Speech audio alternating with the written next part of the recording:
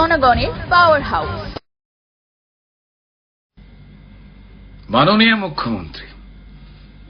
মাননীয় মুখ্যমন্ত্রী জাস্টিস চাই আওয়াজ যখন সব মানুষের পক্ষে, লিখছি একটা খোলা চিঠি সব জনতার পক্ষে। জাস্টিস চাই, কে দেবে জাস্টিস? আরে প্রমাণ ছাড়া তো বিচার কঠিন, প্রমাণ তো প্রায় হাফিজ। কারণ প্রথম থেকেই প্রমাণ মোছার কাজ সেরেছে পুলিশ। একটা সিভিক জেলে পুরে বানাতে চান পুলিশ। ইচ্ছা তাকে তড়ি ঘড়ি দাও ঝুলিয়ে ফাঁসি, ধনঞ্জয়ের স্টাইলে লুকো আসল যারা দোষী।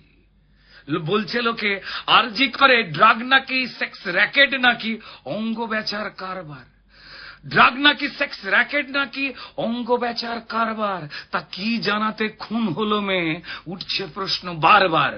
কোন মাফিয়া বাঁচাতেই গুলিয়ে দেবার ফন্দি, প্রশাসনিক পদ্ধতিতে সত্যি হচ্ছে বন্দী। শুরু থেকেই অস্বাভাবিক মৃত্যু বলে তড়িঘড়ি পোস্টমর্টমের খেলা। আত্মহত্যা ঘোষণা হলো যাতে না বেড়ে যায় বেলা। খুন দেখে খুন না বলাতে কি আড়ালের চেষ্টা, বিকেলের পর পোস্টমর্টম কোন নিয়মে কেসটা? আচ্ছা, পোস্টমর্টমের রিপোর্ট এলো এত তাড়াতাড়ি, আমাদের বেলা তো হয় না। পোস্টমর্টমের রিপোর্ট এলো এত তাড়াতাড়ি, কি লুকোতে মেয়ের দেহ দ্রুত পৌঁছলো তার বাড়ি। দ্বিতীয়বারের পোস্টমর্টমে কিসের ছিল ভয়, কি বাঁচাতে আপনার পুলিশ করছিল ৯/৬? জ্বলল মেয়ে শরীর জুড়ে হাজার প্রমাণ যত, জ্বলল মেয়ে শরীর জুড়ে হাজার প্রমাণ নিয়ে ছাই হলো সব প্রমাণ যত। এবার জাস্টিস হবে এটা কি দিয়ে? আর আপনি জানেন কেল্লা ফতে গুলোচ্ছে জাস্টিস, আপনি জানেন এবার কেল্লা ফতে গুলোচ্ছে জাস্টিস। আর যেটুকু প্রমাণ আছে হোক তাও পিস পিস। তাই পিডব্লিউডি দিয়ে শুরু ঘর ভাঙবার কাজ। সিবিআই যদি ঘরে ঢোকে পড়বে মাথায় বাজ। মাননীয় মুখ্যমন্ত্রী কিসব তাড়ায় এসব কাজে আপনি এত মেতে? কিসের তাড়ায় এসব কাজে আপনি এত মেতে?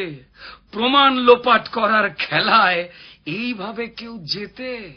কিসের নেতায় সন্দীপকে বানান প্রিন্সিপাল, ওই পাপীকে করতে আড়াল এখন নিজেই টালমাটাল। কোন চালটা কোন কলাটা পৌঁছে দিত ওই সন্দীপ সোনা, নাকি এত দিত তত হিসেব?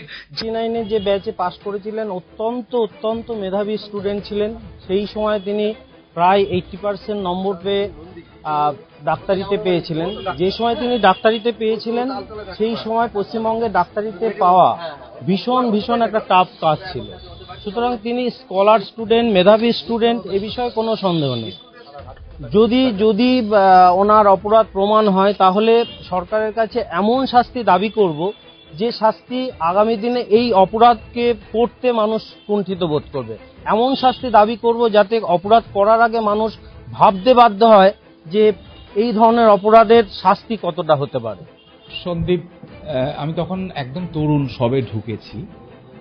সন্দীপ পড়াশোনায় ভালো ছিল, হায়ার সেকেন্ডারিতে 11-এ 12-এ সিনসিয়ার স্টুডেন্ট ছিল এবং ভালো ছেলে হিসেবে স্কুলের কার্যকলাপের সাথে যুক্ত থাকত।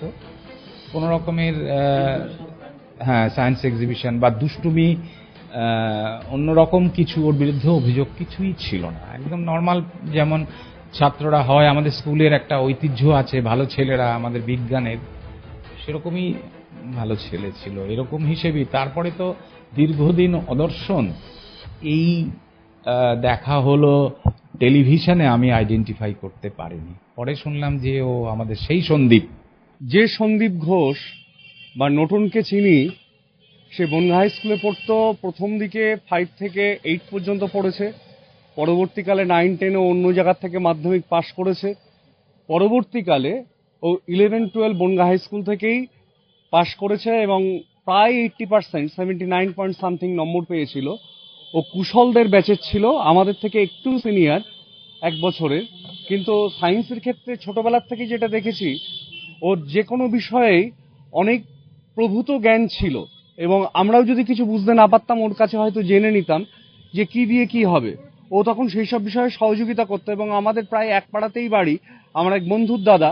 কিন্তু যে নতুনকে আমরা চিনতাম, যে সন্দীপকে আমরা চিনতাম, ও যখন আরজি করের প্রিন্সিপাল হয়ে গেল তারপর থেকে ওকে আর ঠিক চিনতে পারতাম না। যে একজন প্রিন্সিপাল সে তার ছাত্রছাত্রীদের নিরাপত্তা দিতে পারেনি কেন, এবং নিরাপত্তা যদি নাই দিতে পারে তাহলে প্রেসিডেন্সির বা সেন্ট জেভিয়ার্সের ছেলেমেয়েরা আজকে রাস্তায় দাঁড়িয়ে পড়ে কেন? সেই ছাত্রছাত্রীরা, আমি প্রিন্সিপাল হয়ে অন্য ছাত্রছাত্রীদেরকে সেই নিরাপত্তা দিতে পারছি না, আবার নিরাপত্তা দিতে হবে বলে আমি এক কলেজ থেকে সঙ্গে সঙ্গেই অন্য কলেজের অধ্যক্ষ হয়ে যাচ্ছি, সেটা হয় কি করে? হওয়ার মতন নয়। এবং হওয়ার মতন নয় বলেই কলেজে আমরা যে প্রিন্সিপালকে দেখি সেই প্রিন্সিপাল বনগাঁ হাই স্কুলের ছাত্র নয় বলেই আমার মনে হয়েছে।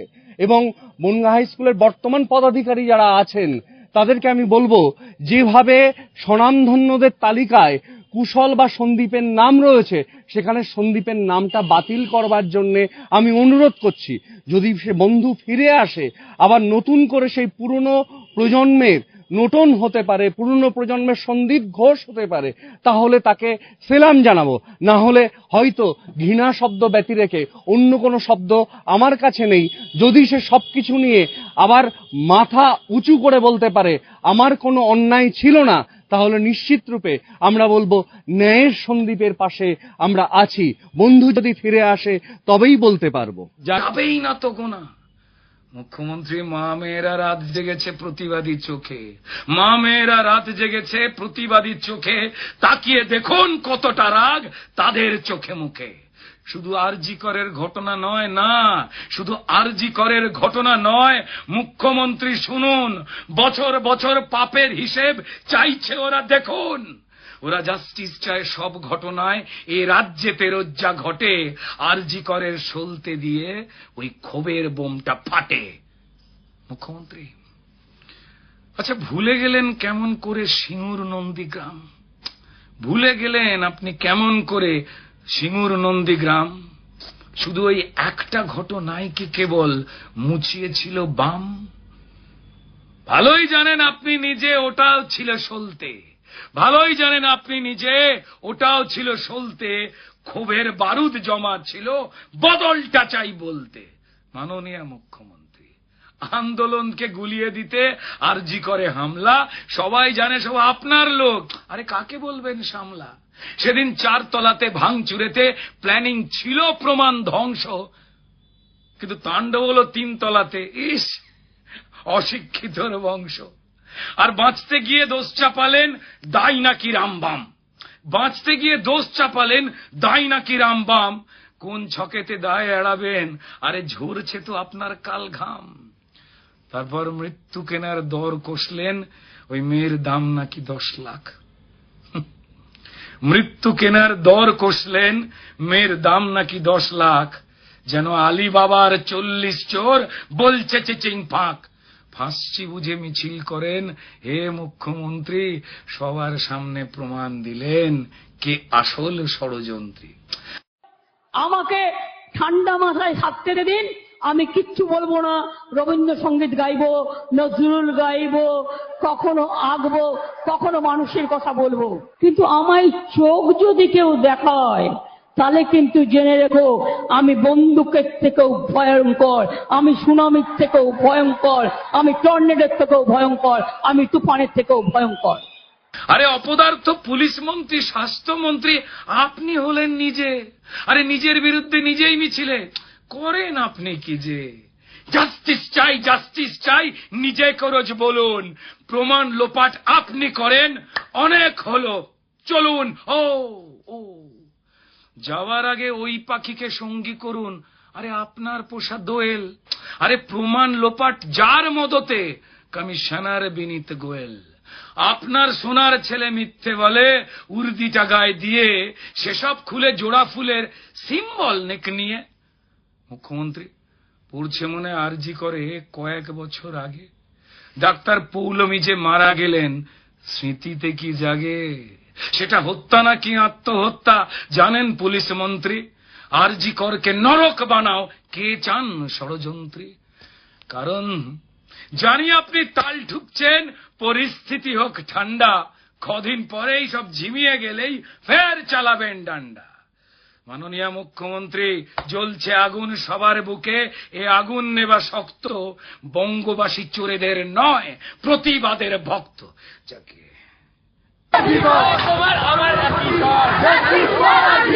জেলায় জেলায় একই স্বর, স্যালারির একই স্বর, স্যালারির একই স্বর, Justice for Arjikar! Justice for Arjikar! Justice for Arjikar! Justice for Arjikar! Justice for Arjikar!